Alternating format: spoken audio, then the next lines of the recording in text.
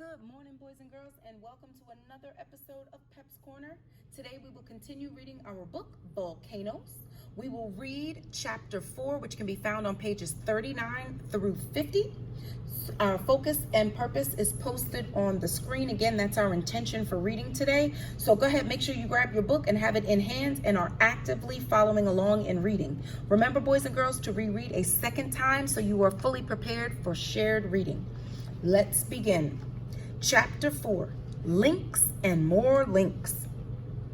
Here and there in the gray wilderness, a hardy plant grew, perhaps fireweed or lupine. It seemed to be the only living thing around, but it wasn't. Beneath its leaves were ants, ladybugs, aphids, grasshoppers, beetles, spiders, and other small animals. The plant was an island of life, an island of survivors and colonizers. Each kind of life made some other kind possible. The aphids, for example, sucked sap from the plant. Ants fed on the sweet honeydew that aphids give off. Ladybugs ate aphids. Spiders trapped and ate insects, and also other spiders. Some meadows and areas of the clear-cut forest had groups of plant survivors. With them were animal survivors, white-footed deer mice and pocket gophers. Insects and spiders had arrived as colonizers. The mice ate seeds and insects. The gophers ate roots and bulbs. But they also did something that helped plants. Gophers spend much of their time tunneling. They dig tunnels as they search for food underground. They dig other tunnels to live. When digging, a gopher spreads its feet wide and apart. It digs with its big front feet and claws, sending the loosened dirt back under its body. The dirt piles up behind it. From time to time, the gopher turns and pushes the dirt back along the tunnel. At the mouth of the tunnel, it gives a big shove and flings the dirt onto the surface. These habits make the gopher a pest in a garden. The gopher eats bulbs and roots of plants that people want. It throws out piles of dirt on the lawn. But to natural scientists at Mount St. Helens, the pocket gopher was a small hero. Their gophers were tunneling in soil that was now covered with ash and pumice. By shoving soil out of their tunnels, they brought it to the surface. The piles of soil became places where seeds could put down roots and plants could grow. The soil itself held some seeds, and it held up spores of certain fungi. These are fungi that grow into the roots of plants. Together, the fungi and shoots form a partnership. The fungi take water and mineral from the soil and pass them on to the roots. They do this job much better than roots alone can. In turn, the fungi, which cannot make their own food, take sugars from the plant. The gophers brought soil and fungus spores to the surface. The spores sprouted, and the fungi formed partnerships with the roots of plants that grew in the soil. When the plants grew well, their roots served as food for gophers. Above ground, the plants became islands of life, places where many small animals could live. The seeds of these plants spread and started still more islands of life. Some ants found in islands of life. Other ants had survived in places where there were no islands. They may have had some food stored underground, but to go on surviving, they needed to find above ground. For many ants, that food turned out to be fire fungi. The fungi formed huge mats of tangled threads. Some of these mats lasted only a short time. Others grew in places where there was water and also food, bits of wood and other dead matter. These mats lasted for months. They were the only food that ants crawling over the pumice and ash could find. When ants from different colonies met the same mats, scientists saw them fight one another for food. The fungus mats also served as seed beds for other plants. By the summer of 1981, the fir fungi were gone and mosses were growing in their place. The mosses in turn trapped seeds on their rough surfaces. The seeds sprouted and grew into green plants.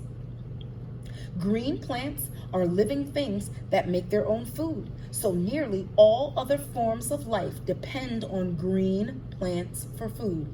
Some take food from the plants, Others eat the eaters of the plants. In making their food, green plants take minerals from the soil. In nature, the minerals never get used up because they are recycled. They go back into the soil after animals or plants or parts of plants die. Some of the minerals may be washed out of the dead material by rain or melting snow. Most are released as the dead material rots or decays. Decay is caused by many small forms of life, such as bacteria, fungi, mites, springtails, beetles, millipedes. Some feed on dead material. Some eat bacteria and fungi, but must eat the dead material to get them. Either way, the dead material is broken down and the minerals go right back into the soil. On the north side of Mount St. Helens, these small forms of life broke down the remains of animals and plants killed in the eruption. They broke down the droppings of animals. They broke down leaves and stems when plants died back in autumn. Minerals were released and used in new plant growth. Even the bodies of insects help plants grow. Many adult insects have short lives of only days or weeks. Also, as insects grow, they shed their hard outside covering. They molt. On the surface of ash and pumice, scientists could see the molts and dead bodies of insects. They could collect and measure them. They were surprised at the amount of carbon and other minerals in the molts and bodies. They realized that insect bodies have always enriched soil. But as one scientist said, we never even noticed them before because they were so small. Insects and other small animals were food for the first birds that returned. Natural scientists think that all birds on the north side of the Mount St. Helens were killed on the morning of May 18th. Later that summer, there were many bird visitors, but at first only a few kinds of birds could live and breed in the area. Juncos could because they eat insects and make their nests and howls in the howls of the ground. Woodpeckers also found food, and some found dead or broken off trees in which they could make holes or nest. Once woodpeckers have raised their young, they desert the nest holes. Deserted woodpecker holes help mountain bluebirds to return. Bluebirds also nest in holes, but they cannot make their own. They must find holes that have been formed naturally or that have been made by other animals. Insects are also food for many kinds of fish. Most of these insects spend much of their lives in water. When they hatch from eggs, they do not look like their parents. They go through several stages before they turn into adults. Some, such as mayflies and catted flies, spend most of their lives going through these stages. The adults live only long enough to mate and lay eggs. Both fish and water insects need oxygen. In many lakes, there was little oxygen during the first few years after the eruption. They were filled with trees and bits of plants. Billions upon billions of bacteria and other tiny living things were in the lakes, feeding on these materials and on one another and using up the oxygen. Surviving fish had to live near the surface where wind stirred and the water added oxygen to it. They did not find much to eat. That first summer, there were two main insect foods for fish. One was the rat-tailed maggot, a young form of a horsefly, and the tail of this maggot is like a straw, and it serves as a breathing tube. In water with little oxygen, the maggot puts up its rat tail and takes oxygen from the air. The second food was the young of mosquitoes, which also have breathing tubes. The May 18th eruption wiped out most large forms of life on the north side of Mount St. Helens. The healing of the slopes started with many small forms of bacteria, fungi, hardy weeds, and seeds. Insects, spiders, pocket gophers. Linked together, they formed a base that made possible the return of other kinds of life.